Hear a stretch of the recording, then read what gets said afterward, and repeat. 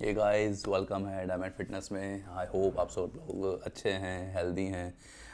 आज हम बात कर रहे हैं, हमारे एक भाई हैं, व्यूअर भाई हैं, उनका नाम है शुभम शेंदे जी।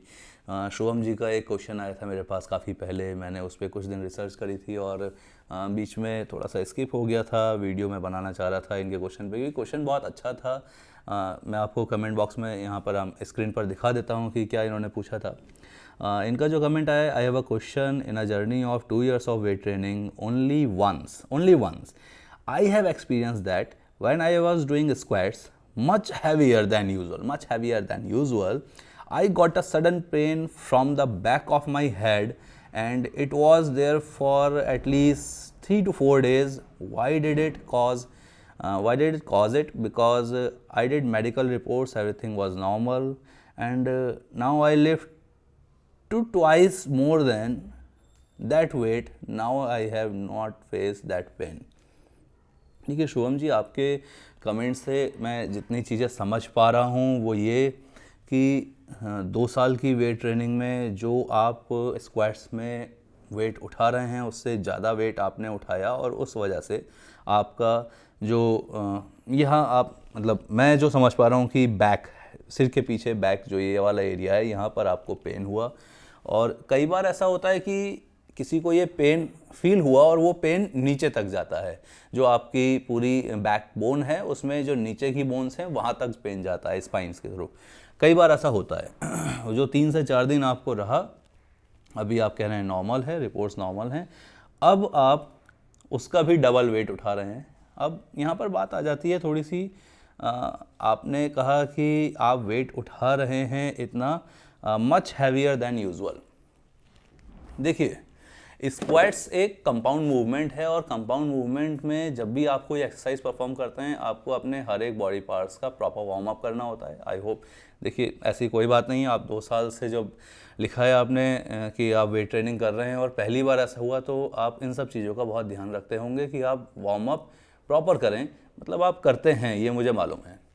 अब कभी ऐसा हो जाता है कि हमारी बॉडी उस स्टेट में नहीं है या थोड़ा सा मोमेंटम बिगड़ा, थोड़ा सा हल्का सा भी मोमेंटम बिगड़ा, आप 140 किलो या 1.5 कुंटल से स्क्वाट्स कर रहे हैं, ये हैवियर वेट मैं देखता हूँ यहाँ पर।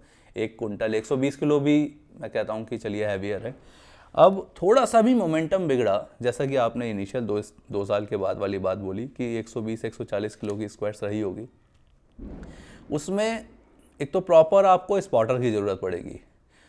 जब आप अपनी कैपेसिटी से ज़्यादा वेट उठा रहे हैं तो स्पॉटर की ज़रूरत पड़ेगी आपको, और हल्के से मोमेंटम के बिगड़ने से भी वहाँ पे कहानी ख़राब हो सकती है, क्योंकि ये जो पूरा आपकी स्पाइन पे लोड आता है ना उसका, जब आप स्क्वाट्स कर रहे हैं कंपाउंड मूवमेंट में स्पाइन पे ही लोड आता है, लोअर बैक पे लोड आता है, अपर जो आपका यहाँ पर सिर के पीछे वाला हिस्सा है यहाँ पर भी लोड आता है। तो ओवरऑल हल्के से मोमेंटम के ख़राब होने से भी कहानी बिगड़ जाती है, क्योंकि यहाँ हमें बहुत ही ज़्यादा स्ट्रेट, जैसे हम कहें कि बहुत ही ज़्यादा मतलब हम जरा सा भी वो रिलैक्स नहीं हो सकते, जरा सा भी हम 20 का 21 नहीं कर सकते। जैसा हमें पॉस्चर है वैसा ही, जैसा इनका रहता है स्क्वाट्स में, वैसे ही हमें परफॉर्म करना है। हम मसल्स को जरा सा भी रिलैक्स नहीं दे सकते वहाँ पर। तो ये पॉसिबिलिटी है कि अगर देखिए कोई ऐसी दिक्कत नहीं है, सब चीज़ें नॉर्मल आई हैं, सारी रिपोर्ट्स नॉर्मल हैं, और अब आप उसका भी डबल उठा रहे हैं। आई होप अगर 100 कुंटल आप 100 किलो पहले उठा रहे थे तो आप अभी 2 कुंटल मतलब 200 किलो उठा रहे हैं, उसका भी डबल आप उठा रहे हैं, अच्छी बात है। तो ये एक पॉसिबिलिटी बन सकती है कि भाई हम जब वेट लिफ्ट कर रहे हैं तो थोड़ा सा मोमेंटम ख़राब होने की वजह से वो चीज़ लोड आया। मैं इसको कहूँगा तो नहीं कि मोमेंटम ख़राब हुआ या फिर थोड़ा सा पॉस्चर ख़राब हुआ, क्योंकि ऐसा आपके साथ जहाँ तक जितना आप कन्वर्सेशन हमारा हुआ है यूट्यूब पे उतना आपके साथ ऐसा होगा नहीं, लेकिन फिर भी कहीं पर लोड थोड़ा सा ऐसा होता है कि हल्का सा आपको जो अपना हेड और जो हिप जॉइंट है दोनों को साथ में लिफ्ट करना होता है, और वहाँ पे अगर थोड़ा आपका बैक जॉइंट जो हिप जॉइंट है वो पहले लिफ्ट हुआ और हेड थोड़ा बाद में लिफ्ट हुआ तो वहाँ पे ये दिक्कत आ सकती है। ऐसा पॉसिबल है कि ऐसा हुआ हो। और वो जो इंजरी, वो जो दर्द था, वो किसी हड्डी का दर्द नहीं था, वो स्पाइन का दर्द होता है जो सीधे आपके माइंड से नीचे बैकबोन में, बीच में, रीढ़ की हड्डी के बीच में जो आपकी स्पाइन जा रही है, जहाँ से पूरा नर्वस सिस्टम कंट्रोल होता है, उसका पेन होता है।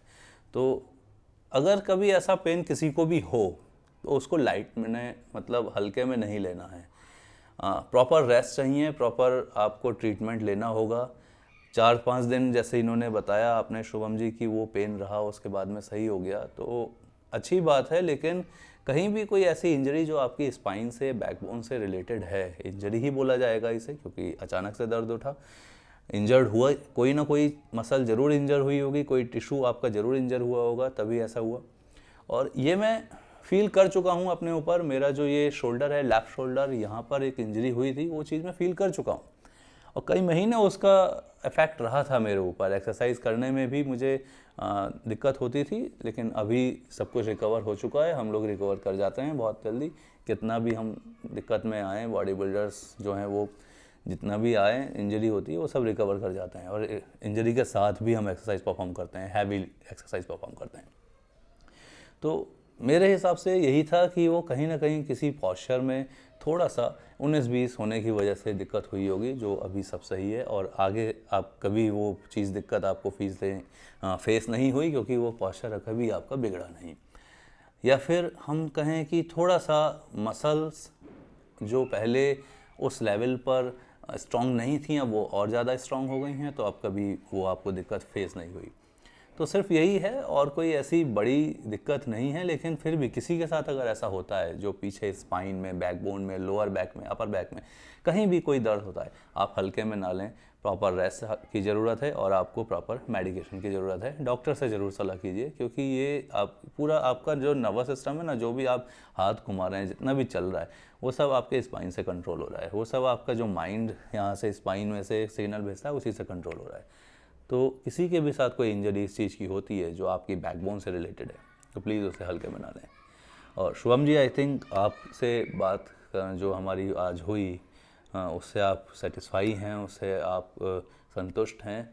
और आपका जो ये प्यार हमें मिल रहा है, डायमंड फिटनेस को मिल रहा है, उसके लिए हम बहुत बहुत शुक्रिया आपका कहते हैं, तहे दिल से धन्यवाद बोलते हैं। और बने रहिए शुभम जी, आपका बहुत बहुत शुक्रिया।